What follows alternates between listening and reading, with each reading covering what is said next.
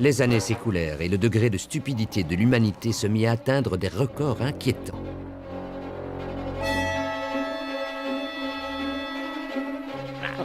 Bonjour à toutes et à tous et bienvenue. Aujourd'hui, on va parler d'une jeune fille que vous connaissez.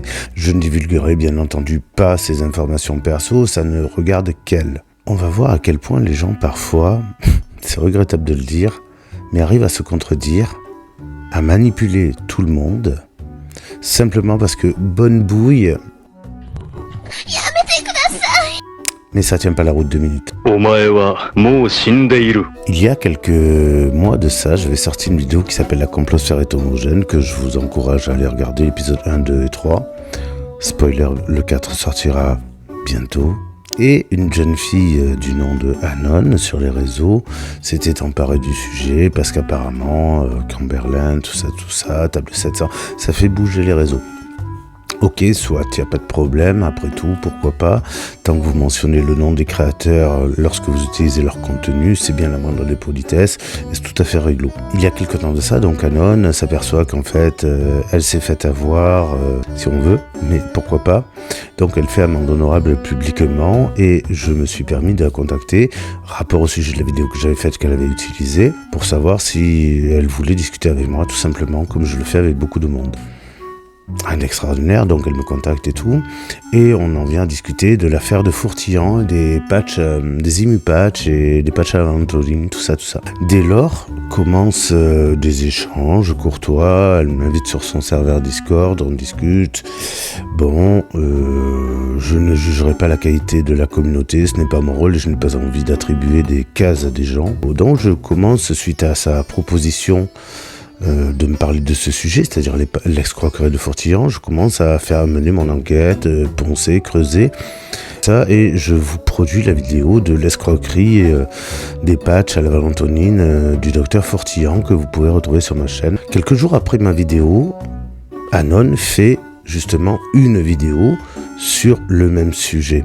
Et c'est là où ça commence à devenir pénible, c'est que elle s'en approprie le mérite unique et vous allez voir qu'en fait, toutes ces belles paroles qu'elle me tenait comme discours, qui n'ont pas d'impact puisque je ne suis pas un lapin de 6 semaines, toutes ces belles paroles en fait n'étaient qu'une devanture. Mais l'intéressant dans ce cas-là, ce n'est pas une querelle interpersonnelle, c'est que là on met en évidence des principes manipulatoires. Et c'est le cœur du sujet. Allez, on y va. Donc ici, je vous produis la conversation en MP que j'ai tenue avec Anon et vous allez voir les principes manipulatoires qui en émergent spontanément. Alors, disclaimer, il est hors de question que ce soit compris comme une querelle interpersonnelle. Il est hors de question que cela serve de vendetta à certains qui voudraient se venger. En revanche, il est hors de question également que l'hypocrisie latente de certains individus excuse ce comportement-là. Que nous soyons clairs. Bien, donc commençons clairement à dire les choses posément. Donc ici, je parle de l'interdiction de la NSN de commercialisation, de vente et de publicité des patchs à la Valentonine qui ont été imposés à Fourtillant et la société Sodéval ainsi qu'au fonds Josepha. C'est-à-dire, je pose le postulat de départ duquel va découler toute l'enquête que j'ai menée. Donc dans ce deuxième onglet, suite à cette première publication, je m'étais déjà permis de lui envoyer des documents comme elle le confirme ici. Merci pour ce que tu m'as envoyé, dit-elle. Elle avait déjà connaissance de certaines choses sans plus les préciser que ça. Mais dans le cadre où on était d'accord pour échanger nos informations, puisque tel était le cas, quelles étaient ces choses, je ne le sais pas et je ne l'ai jamais su parce que le partage a été unilatéral, ce qui n'est pas très sérieux comme travail d'enquête. Mais passons, elle avoue ici qu'elle ne sait pas tout. Or, vous verrez que plus tard, elle dit le contraire.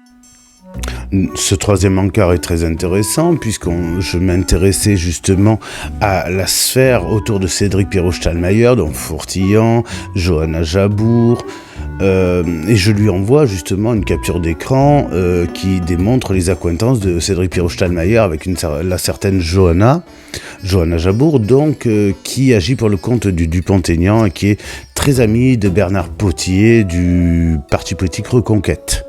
Voilà. De toute façon, les liens sont aisément trouvables. Hein. Voilà. C'est pas comme si c'était un secret d'État non plus. Alors que pendant ce temps-là, elle utilise le même support que moi, c'est-à-dire le profil Facebook public de Piero Stahlmeier, pour mettre en évidence qu'il aurait étudié à McGill University, soi-disant une université du MK Ultra au Québec, etc. etc. Alors, l'existence et les liens de Johanna Jabour ne sont pas à remettre en cause. Hein. Elle a fait les couvertures tant et plus de plusieurs magazines à ce sujet. Quant au fait d'avoir l'unique véracité de la parole de Cédric Piero Stahlmeier sur le fait qu'il est étudié dans une université québécoise qui serait MK Ultra, voilà, là encore, la qualité de l'information devrait quand même soulever certaines questions. Or, Anon le prend comme argent comptant et c'est déjà assez dramatique. Donc, soyons clairs, à ce niveau de la discussion, c'est-à-dire déjà au tout début, elle me dit, elle a rien.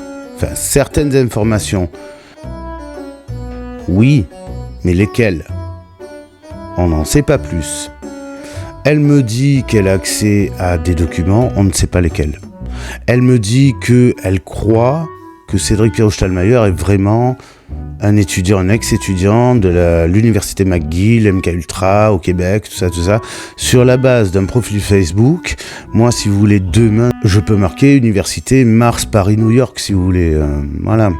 Et vous allez voir qu'elle a ce biais de pseudo-enquêtrice qui consiste à ne croire que ce qui l'arrange elle, ce qui fausse carrément l'étude des pièces qui démontrent la réalité des faits. Donc, next, troisième encart, vous allez voir, c'est éloquent. Donc dans cet encart, on continue à discuter de l'université de Cédric Stahlmeier, alors que honnêtement, croire sur parole, c'est déjà un biais cognitif ultra répandu et ça fausse toute forme d'étude fiable. Parce que quand on est raisonnable, croire sur parole, non, merci. Et elle nous dit que, n'oublions pas qu'en plus, il expliquait que son père et grand-père avaient travaillé à l'Institut Pasteur et Sanofi. Alors, bon, je sais pas comment ils font pour avoir des journées de 80 heures. Et s'il est baigné, elle n'en est même pas sûre, dans le MK Ultra, le lien avec la pédophilie se fait facilement. Oui, parce que vous comprenez, dans la complosphère, la pédophilie est aussi un sujet qui fait vendre, fait donner des cagnottes, même si c'est un sujet réel, un danger pour la société dans laquelle nous vivons. Certains n'hésitent pas à s'engraisser sur ce dos-là également. Hein. Quand on est un sac à merde, on n'hésite pas à piocher là où les gens sont émotionnellement sensibles. Donc Annonce démontre qu'elle croit sur parole sans vérifier. Un peu plus bas, elle nous dit que il faut chercher des photos de classe de Cédric Piero Stahlmeier. Donc, quel est l'intérêt à part de démontrer qu'un jour Cédric Piero Stahlmeier a été un enfant ? Ça va démontrer quoi? Qu'il a été dans une université? Preuve de l'absence n'est pas absence de preuve, et inversement, absence de preuve n'est pas preuve de l'absence. Donc ce n'est pas une enquête, là ça devient du doxing, à ce moment-là, quand on cherche dans la vie privée des gens, ça devient du doxing. Et ça n'a rien à voir avec l'escroquerie au patch, qui plus est. Donc moi je lui ai dit, s'il y en a, poliment, diplomatiquement, histoire de dire... c'est peut-être pas intéressant. Bon, visiblement, elle n'a pas compris. Elle me répond qu'on en a bien trouvé sur de Jean-Michel Trogneux. Mais le rapport, s'il te plaît, le rapport, il n'y en a aucun. Donc, si c'est pour être con comme une queue de pelle, je ne vois pas l'intérêt d'essayer de faire des enquêtes à 2 balles. Donc, ce genre de biais cognitif, ça porte un nom. Ça s'appelle du cherry picking. C'est-à-dire choisir les cerises qui nous plaisent. C'est une analogie pour démontrer que dans le cadre de la pseudo-enquête de Anon, elle ne prend les intérêts uniquement que dans les thèmes qui l'intéressent. Autant dire le sensationnalisme. Mais c'est pas une enquête sérieuse, ça. C'est-à-dire que, je profite d'ailleurs de cette vidéo pour parler un petit peu des biais méthodologiques, de l'esprit critique, d'une méthode d'enquête, c'est-à-dire ce que j'ai essayé de donner, qui a été très mal perçu, ceci dit, mais c'est pas grave.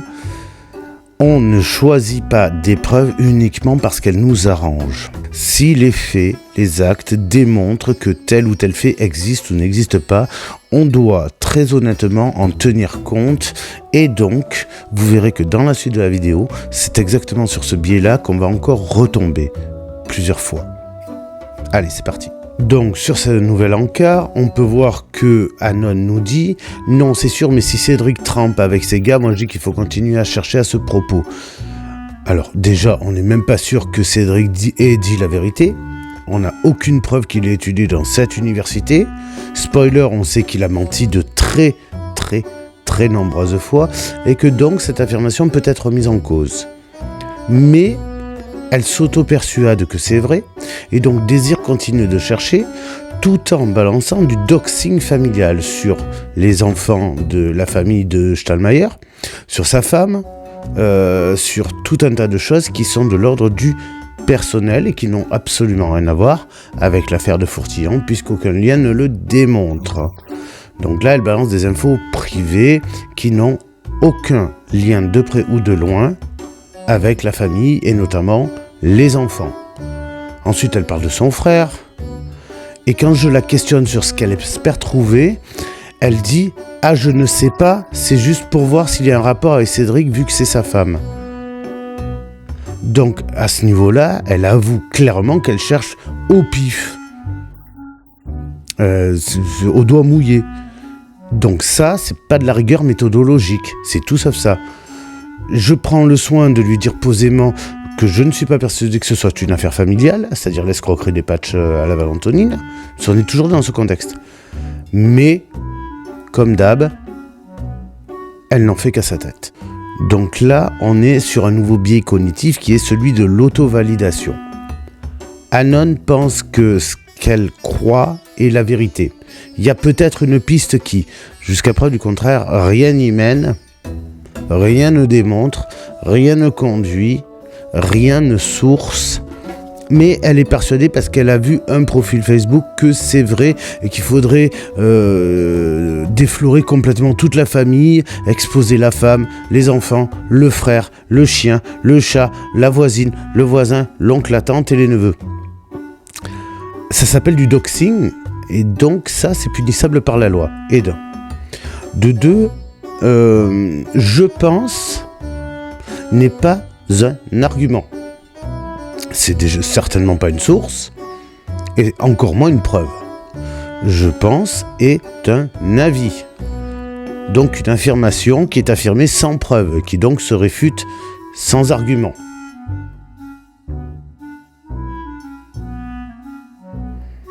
Je pense que j'ai vu une licorne. Non. Ciao. C'est tout. C'est pas plus compliqué que ça. Je pense n'est pas une preuve. Bien, donc maintenant, 5e encart, et on va voir que tout commence à très bien se concrétiser. Donc là, elle recopie la réponse dont je lui parlais, c'est-à-dire Stedim Biosystems. Lorsqu'on effectue une petite recherche rapide, simple et superficielle sur la financière de la Seigneurie, on tombe sur Monsieur le Maître qui est le directeur, le dirigeant de l'entreprise Stedim Biosystems dont je vous ai parlé dans ma vidéo. Là, elle me dit c'est quoi, sachant que plus haut, elle prétendait déjà savoir tout ça. Donc elle avoue qu'à ce niveau, elle ne sait absolument rien de la filiale de la financière de la Seigneurie. Ça m'a juste pris 3 minutes pour trouver les liens attenants et plus tard de les développer. Ensuite, je lui parle des brevets que je ne parviens pas forcément à trouver aisément sur l'INPI et l'OMPI. Alors à l'OMPI, il n'y a rien. Et l'INPI, il a fallu que je fasse une recherche chronologique pour m'apercevoir qu'en fait le brevet était déchu de sa validité en 2022. Source, encore une fois, que je vous ai produit dans la vidéo.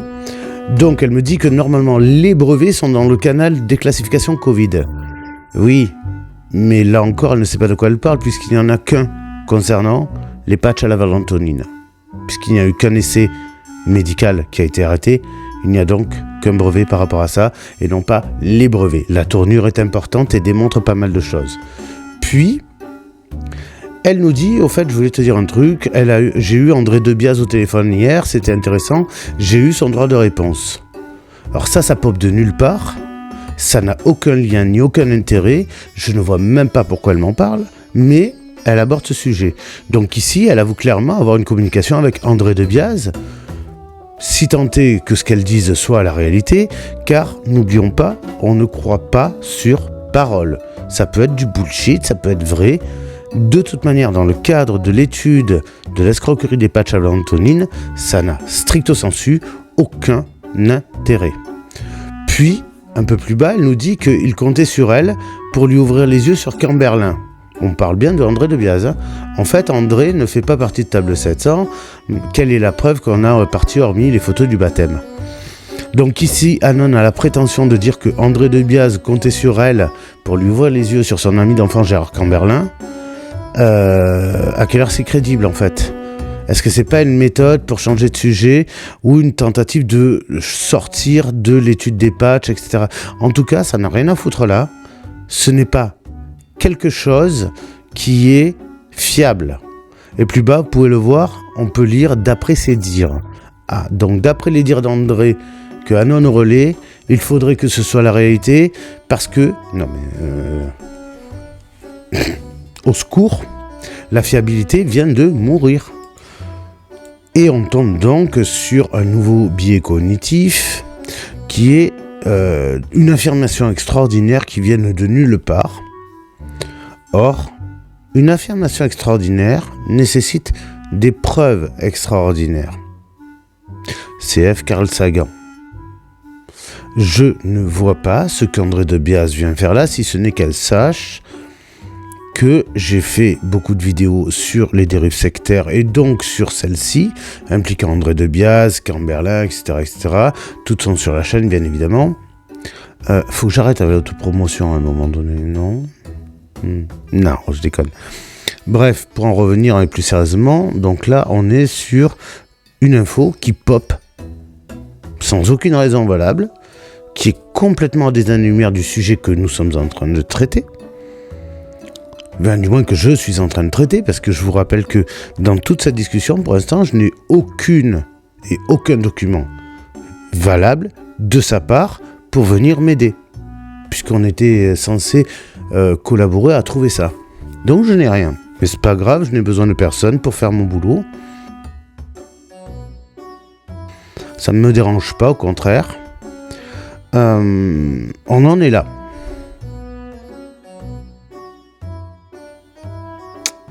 Je vous laisse seul juge. Oh la vache, mais c'est nul!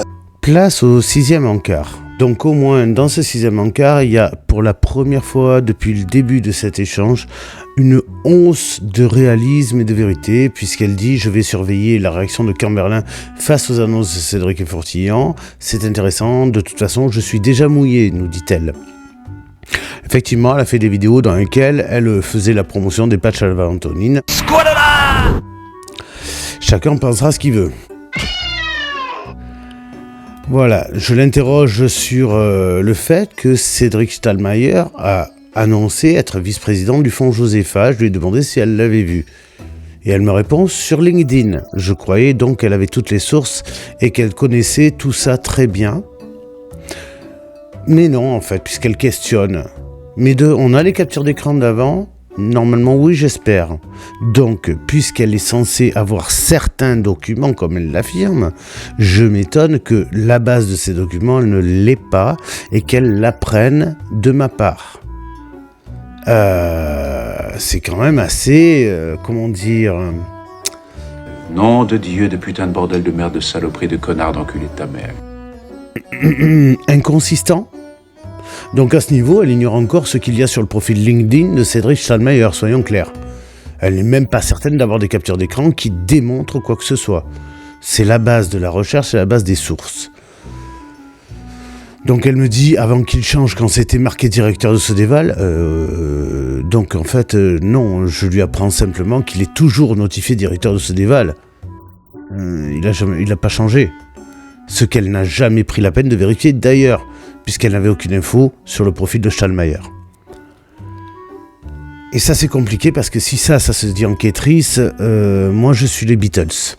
Et donc on en arrive au fond du problème, le biais d'autocomplaisance. Ce biais cognitif consiste à se déresponsabiliser de toute et toute chose. Comme on n'est plus responsable, pourquoi prendre nos erreurs ? On ne tient plus compte du fait de faire des erreurs, l'erreur étant innocente, la faute étant coupable en connaissance de cause, bien entendu, non.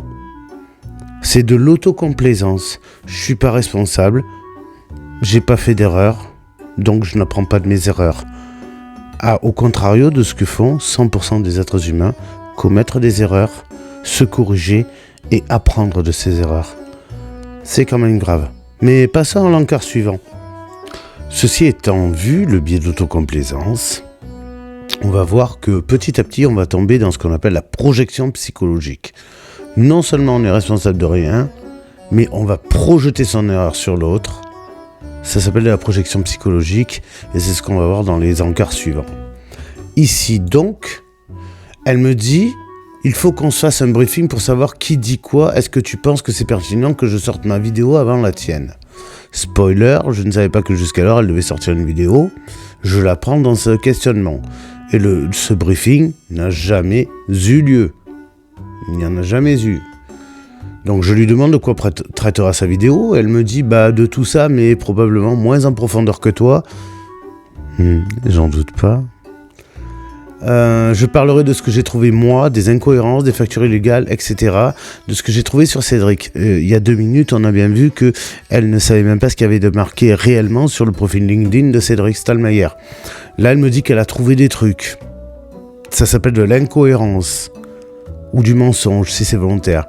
Donc, elle ne devrait pas parler de l'invalidité des brevets depuis 2022, des 4 kilos d'heures de fourtillant, des potentielles ventes de sang à Stedim Biosystems, de la fermeture de Sodéval le 17 février 2025, de la fondation du fonds Josepha, de leur mise de départ, de l'escroquerie de l'appel aux dons de fourtillant, du manque de rigueur de l'étude de la Valentonine, l'aveu de fourtillant dans sa lettre au président Macron, etc., etc. Non, tout ceci, elle l'a appris sur ma vidéo lorsque je l'ai sortie. Visiblement, de manière très observable et factuelle, puisque jusqu'à preuve du contraire, elle ne donne aucun détail sur ce qu'elle a. Donc, j'en conclus qu'effectivement, elle n'a pas grand-chose. Et dans la vidéo qu'elle a sortie, pourtant, spoiler, elle a vu un miracle devant ses yeux ébahis. Elle a la science infuse. C'est donc un sachet de thé. Oups, c'est pas comme si je lui avais partagé les documents. Voilà. Et on va voir un peu plus tard qu'il y a un autre second problème. Et ce problème n'est pas si compliqué à comprendre, c'est encore une énième fois le détournement d'attention. Le détournement d'attention est généralement généré par quelqu'un utilisant le sophisme du leurre ou du faux fuyant.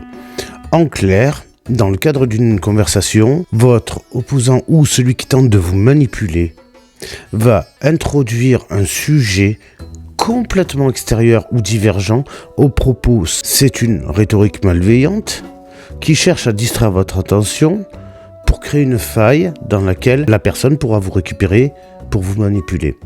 Et on en arrive au fond du problème dont je vous parlais il y a quelques instants. Donc pour la petite histoire, ici on touche le point d'orgue de ce qui me permet de démontrer la manipulation et les propos manipulatoires qui ont été prononcés.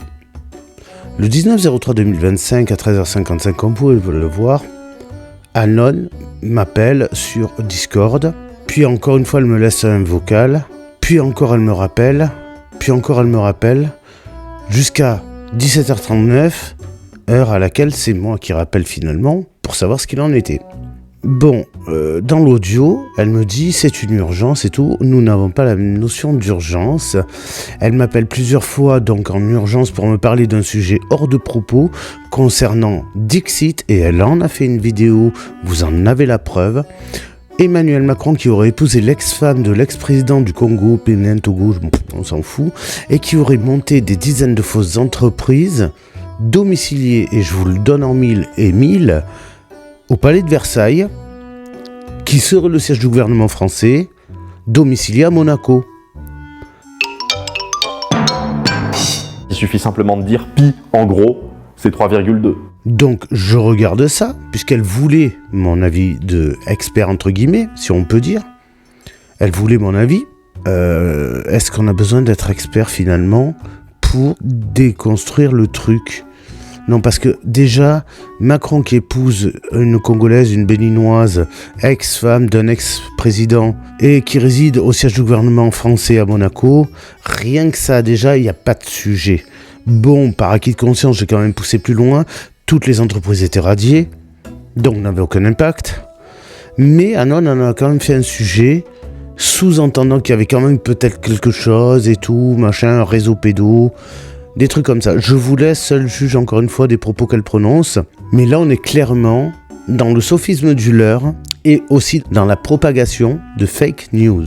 Par contre, il est clair que je lui avais bien spécifié qu'il n'y avait rien de vrai là-dedans. Elle m'a affirmé avoir compris et donc n'en ferait pas une vidéo puisqu'il n'y avait pas de sujet en fait. Spoiler, comme je viens de vous le dire, contre toute attente, elle a quand même décidé d'en faire une vidéo basée sur le sensationnalisme parce que finalement les fake news, des os pas des os, mais c'est son fond de commerce. L'émotionnel, la manipulation, le manque de rigueur, preuve en est, c'est son fond de commerce.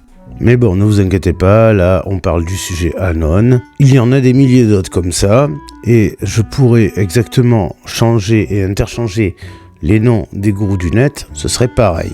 C'est les mêmes process, les mêmes sophismes, les mêmes biais cognitifs, les mêmes fake news. Enfin, les thématiques varient, mais vous avez compris. Ce sont les mêmes principes de manipulation, finalement, pour s'octroyer votre crédulité et donc en faire commerce. Point barre. Encart suivant. Donc, après un petit moment d'esclandre, dans lequel elle venait m'engueuler pour X raisons, dont celle, en fait, de faire un peu machine arrière, parce que ça commençait à me casser les couilles de me faire prendre pour un con, je lui ai exprimé le fait que je dispose comme bon me semble de mon temps de vie et que j'accorde du temps à qui je le juge bon. Point barre. Comme tout individu finalement.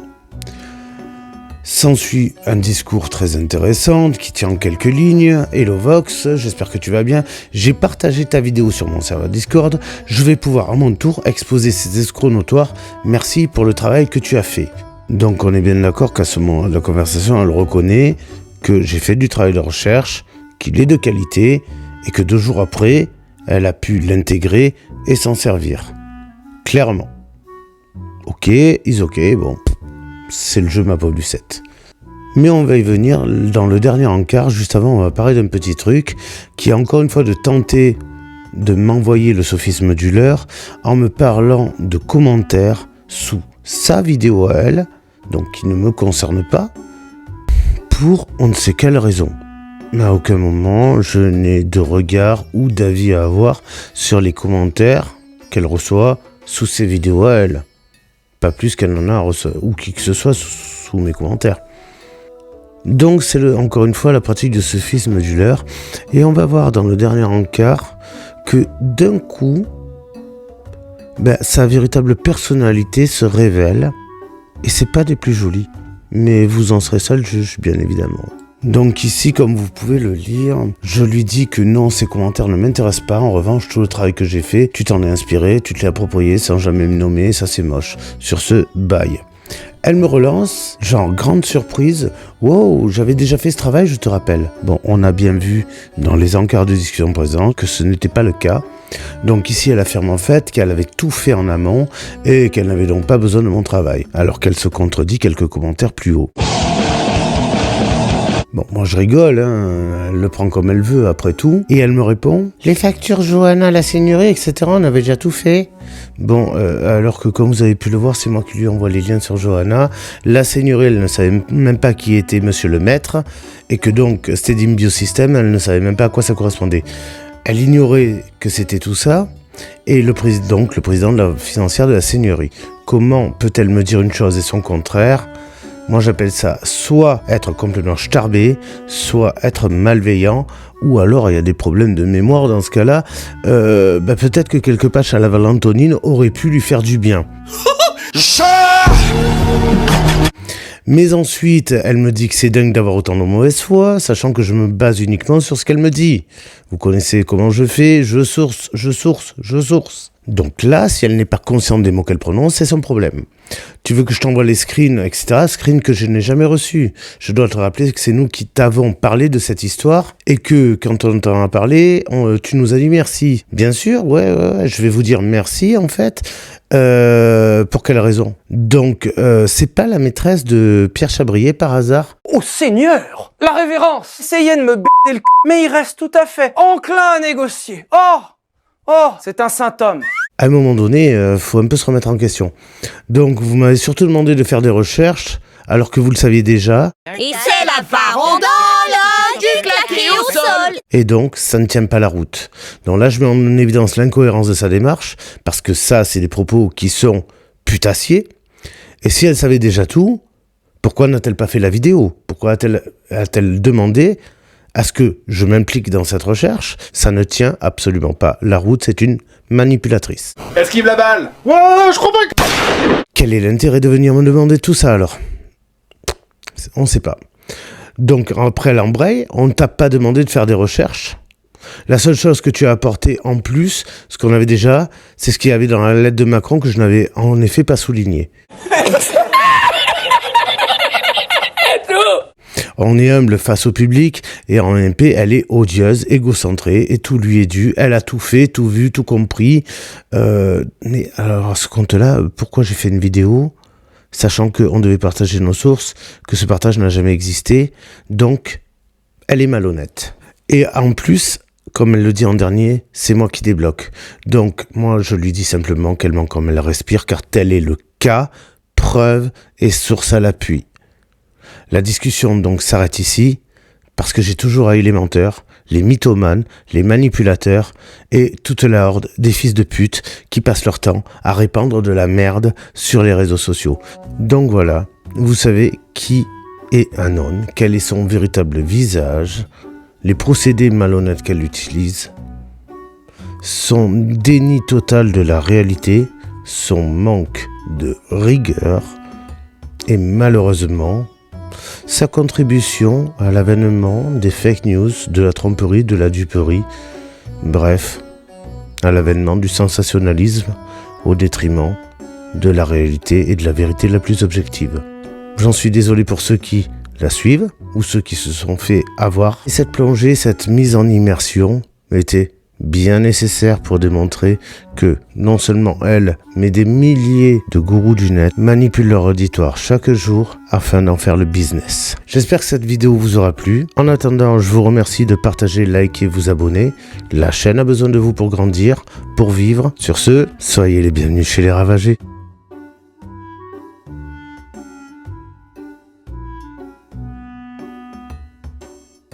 Parce que les gens qui ont perdu l'espoir sont faciles à soumettre. Et celui qui obtient la soumission détient le pouvoir. Esquive la balle. Ouais, je crois pas que...